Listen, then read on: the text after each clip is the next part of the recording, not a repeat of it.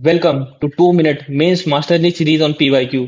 दोस्तों, PYQ help करता है कि हम आने वाले साल में किस तरह के क्वेश्चंस आने वाले हैं, एक आईने की तरह काम करता है। तो इस सीरीज का मेन ऑब्जेक्टिव पीवाईक्यू पे रिच कंटेंट प्रोवाइड कराना और रेडी टू यूज टेम्पलेट जिन्हें हम अपने जीएस क्वेश्चंस में डायरेक्टली यूज करें, ये उद्देश्य है।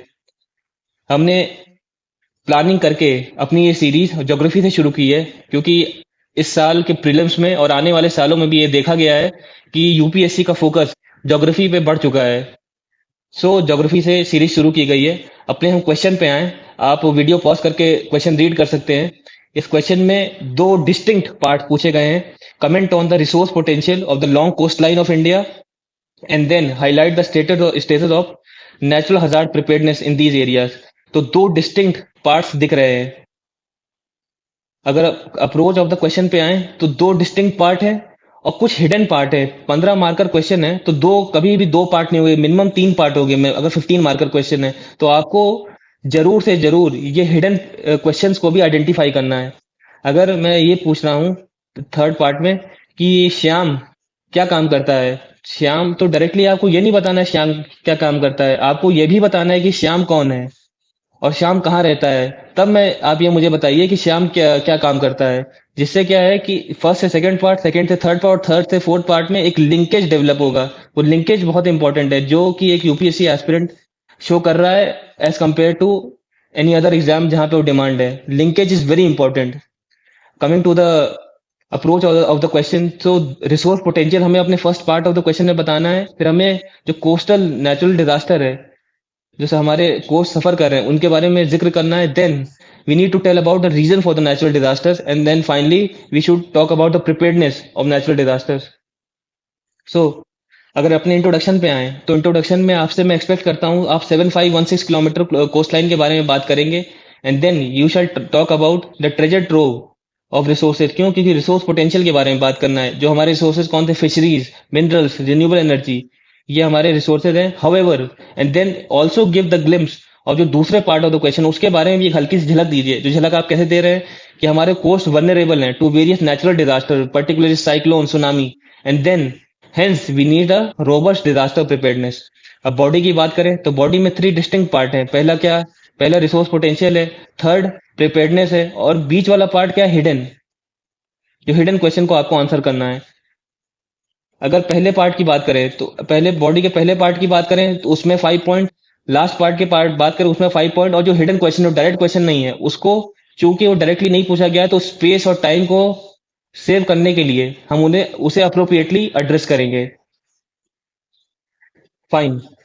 Coming to the resource potential of the long coast line, talk about, आप सोचिए कि क्या रिसोर्स है हमारे लॉन्ग कोस्ट लाइन पे। हम आप इंडिया के लॉन्ग कोस्ट लाइन पे जाएंगे, क्या रिसोर्स? सबसे पहले तो फिशरीज वेल्थ मिलेगा यहाँ पे, ठीक।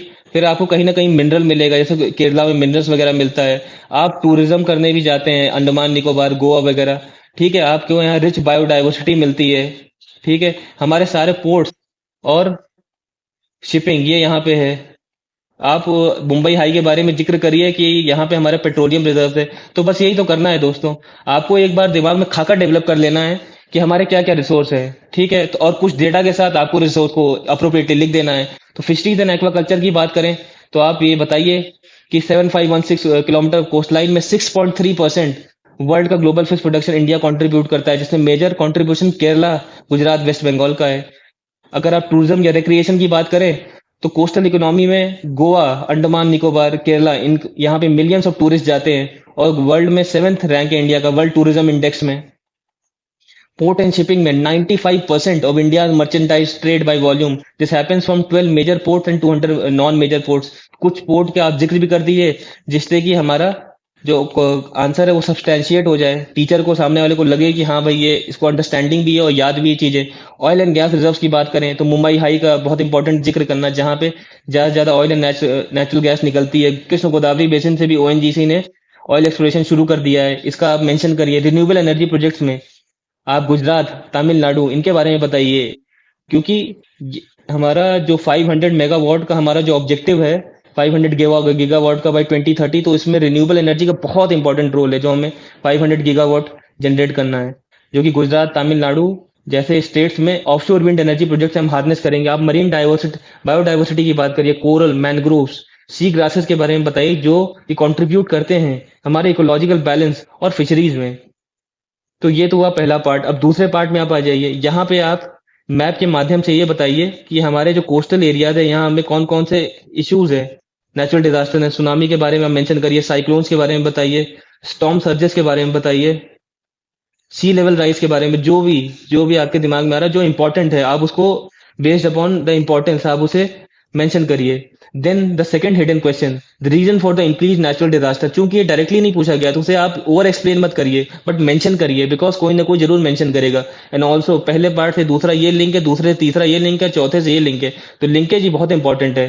फर्स्ट पार्ट से अगर आप डायरेक्टली फोर्थ पार्ट आंसर कर रहे हैं तो ये लिंकेज डेवलप नहीं कर रहा है। लिंकेज में बीच में थर्ड सेकंड और थर्ड पार्ट भी आना है, ये मैं देखना चाहूंगा एक एग्जामिनर के रूप में। और आप भी as a student of civil service आप हमेशा एक्सपेक्ट करेंगे कि लिंकेज रहे चीजों में। अब क्लाइमेट चेंज का मेंशन करिए, increase cyclone, rising sea level, deforestation में रिमूवल ऑफ मैनग्रोव्स की बात करिए कि जहां पिचावरम एरिया में जहां मैनग्रोव्स था तो उसकी वजह से सुनामी का इम्पैक्ट बहुत कम आया, तो इसके बारे में मेंशन करिए। सी सरफेस टेम्परेचर राइज हो रहा है तो फिर जो सी वाटर है वो पेनिट्रेट कर रहा है हमारे कोस्टल एरिया में, यहाँ का वाटर रिसोर्स का सेलेनाइजेशन हो रहा है, अनप्लान्ड अर्बनाइजेशन के बारे में बात करिए। And then coming to the last part of our question, disaster preparedness. So यहाँ पे आप साइक्लोन और स्टॉर्म सर्जेस के बारे में बताइए। आप ये बताइए कि एनडीएमए की क्या स्ट्रेटजी है, वो अर्ली वार्निंग सिस्टम इंप्लीमेंट कर रहा है, साइक्लोन शेल्टर डेवलप कर रहे हैं states like Orissa and Andhra Pradesh. Tsunami preparedness में जो हमारा सेकंड पॉइंट है उसमें आप बताइए कि India tsunami early warning system, जो कि यूनेस्को ने जिसको अपलॉड भी किया अमंग इंडियन ओशन कंट्रीज में बेस्ट ये अर्ली वार्निंग सिस्टम है, जहाँ रेगुलर ड्रिल्स कंडक्ट किए जा रहे हैं।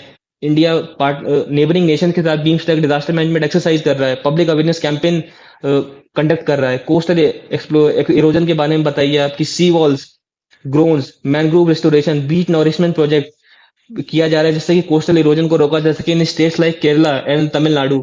फ्लड मैनेजमेंट के बारे में बताइए, आप गवर्नमेंट के जो प्रोग्राम रन किए जा रहे हैं इस क्षेत्र में आप उसके बारे में बताइए, जिससे कि एग्जामिनर को ये भी अंदाजा हो सके कि एग्जैक्टली जो हो रहा है उसको ये भी पता है, और साथ में कुछ जो अपने तरफ से जो इनपुट देना चाह रहा है जो कैंडिडेट वो भी अपलोडेड है। तो मुंबई में जो आई फ्लोज है, जो अर्ली वार्निंग सिस्टम फ्लड का, उसके बारे में बताइए। ड्रेनेज सिस्टम इंप्रूव किया जा रहा है, इसके अंडर फ्लड बैरियर इंप्रूव किया जा रहा है। And then coming to the marine pollution, talk about the coastal zone regulation, उसका इंपॉर्टेंट मरीन पोल्यूशन में कितना है। स्वच्छ भारत अभियान के बारे में बताइए, that focuses on reducing plastic waste along coast line. And in the end, in the conclusion part, talk about the immense potential of a long coast line, इसके बारे में बताइए। Yet India faces natural disaster जो hazard है India के, but अगर हम अपने डिजास्टर प्रिपेयरनेस को स्ट्रेंथन कर लें, सस्टेनेबल मैनेजमेंट करें कोस्टल रिसोर्सेज का, तो इससे क्या होगा, ह्यूज कंट्रीब्यूशन होगा इन रिसोर्सेज का नेशनल इकोनॉमी में। गुड। तो फ्रेंड्स हमने यहाँ पे कुछ फर्दर पॉइंट भी प्रोवाइड कराए हैं जिसको आप डिजास्टर मैनेजमेंट रिलेटेड क्वेश्चन में इस्तेमाल कर सकते हैं। इसका लिंक आपको डिस्क्रिप्शन बॉक्स में दे दिया जाएगा। Friends don't forget to like and subscribe our channel. दोस्तों अगले वीडियो में मिलते हैं, and best of luck for the mains.